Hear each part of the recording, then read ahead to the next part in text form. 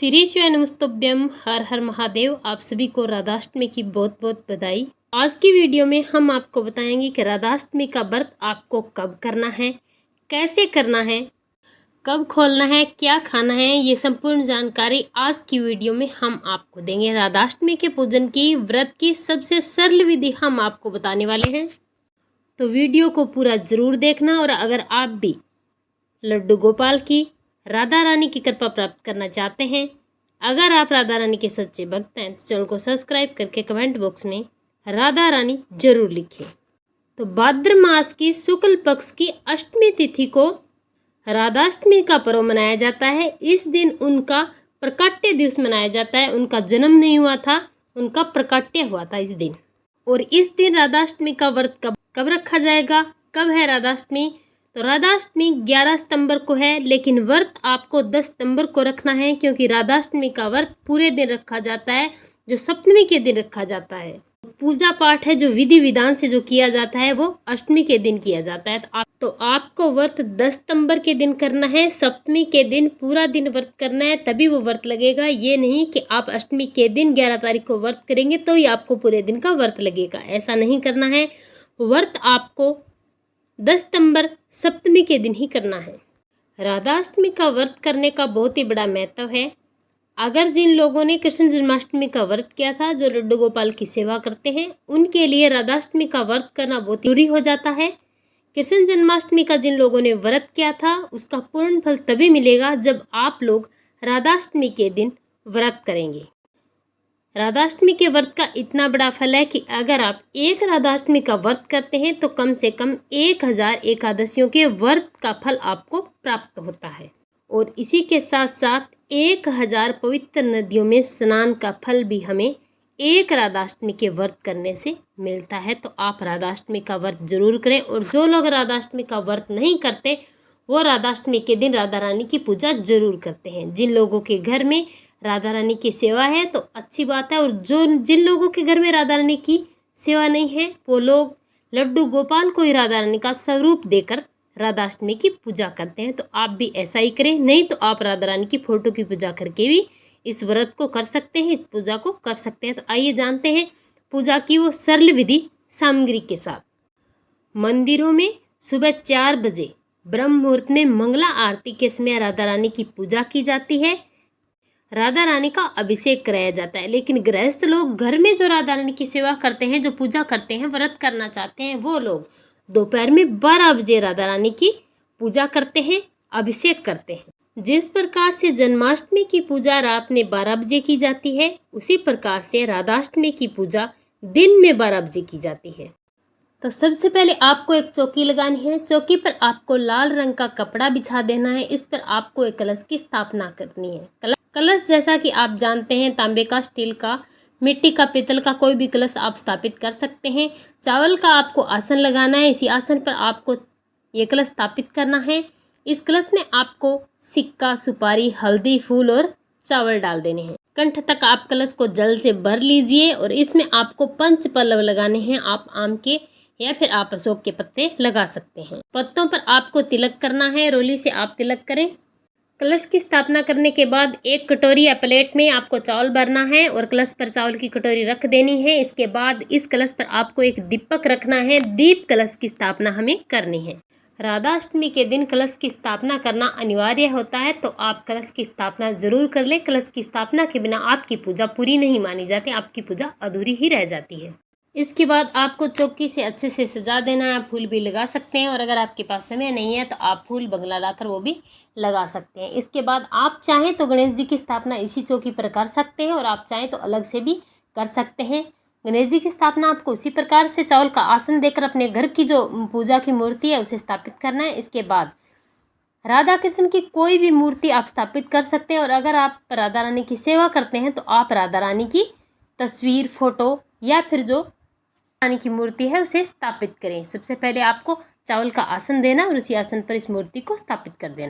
भगवान कृष्ण और राधा एक ही है। अगर आपके घर में लड्डू गोपाल जी है और राधा रानी नहीं है, तो आप लड्डू गोपाल जी को भी राधा रानी के रूप में स्थापित कर सकते हैं। उन्हें राधा रानी का रूप दे सकते हैं। नीले रंग की आपको बस ड्रेस पहनानी है।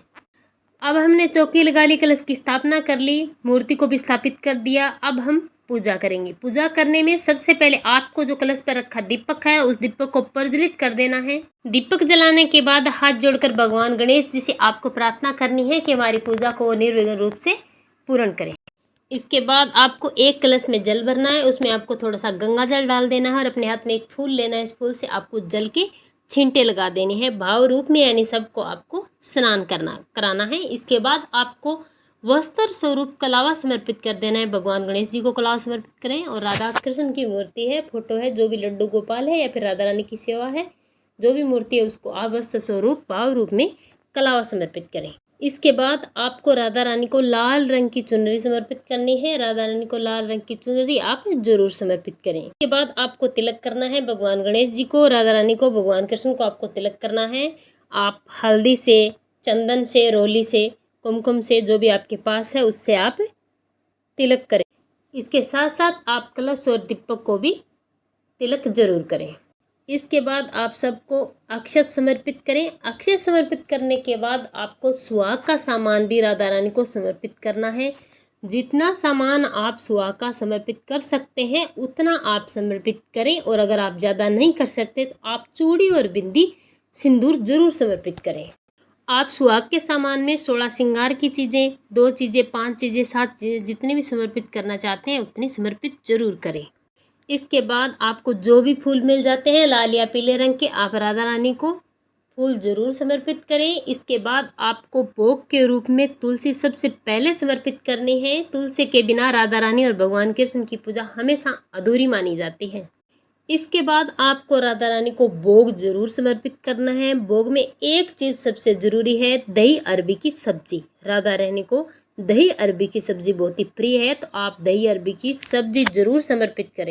इसके बाद आप अपने घर पर मीठा बनाकर प्रसाद जरूर समर्पित करें। जब भी हमारे घर में किसी का बर्थडे होता है तो हमारे घर में मीठा जरूर बनता है, तो इस बार राधाष्टमी पर भी आपको मीठा जरूर बनाना है। आप बाज़ार से भी मिठाई ला सकते हैं, आप पंचमें में भी समर्पित कर सकते हैं। भोग समर्पित करने के बाद आपको जल जरूर समर्पित करना है। इस दिन बहुत सारे लोग 56 भोग भी समर्पित करते हैं, तो आप चाहें तो 56 भोग समर्पित कर सकते हैं, नहीं तो आप 1-2 चीज़ें भी समर्पित भाव से कर सकते हैं। लेकिन एक बात का विशेष ध्यान रखना है, आपको भोग की सारी सामग्री में तुलसी पत्ता जरूर डालना है। इसके बाद आपको ऋतुफल समर्पित करना है। आप कोई भी ऋतुफल समर्पित कर सकते हैं, आप ऋतुफल जरूर समर्पित करें। इसके बाद आपको न्यौछावर करनी है। आप दान दक्षिणा के रूप में 21, 51, 101 जितना भी हो सकता है उतना आप न्यौछावर जरूर करें। भगवान कृष्ण और राधा रानी पर से आपको घड़ी की सही दिशा में 7 बार अवार लेना है। इसके बाद इन पैसों को आप दान में भी दे सकते हैं, और अगर राधा रानी की सेवा करते हैं तो उनके लिए कोई वस्त्र या बर्तन खरीद कर कुछ भी चीज़ें उनके लिए आप ला सकते हैं। जैसे बर्थडे पर बच्चों को बर्थडे के रूप में पैसे दिए जाते हैं, वैसे ही राधा रानी को भी न्यौछावर के रूप में पैसे दिए जाते हैं।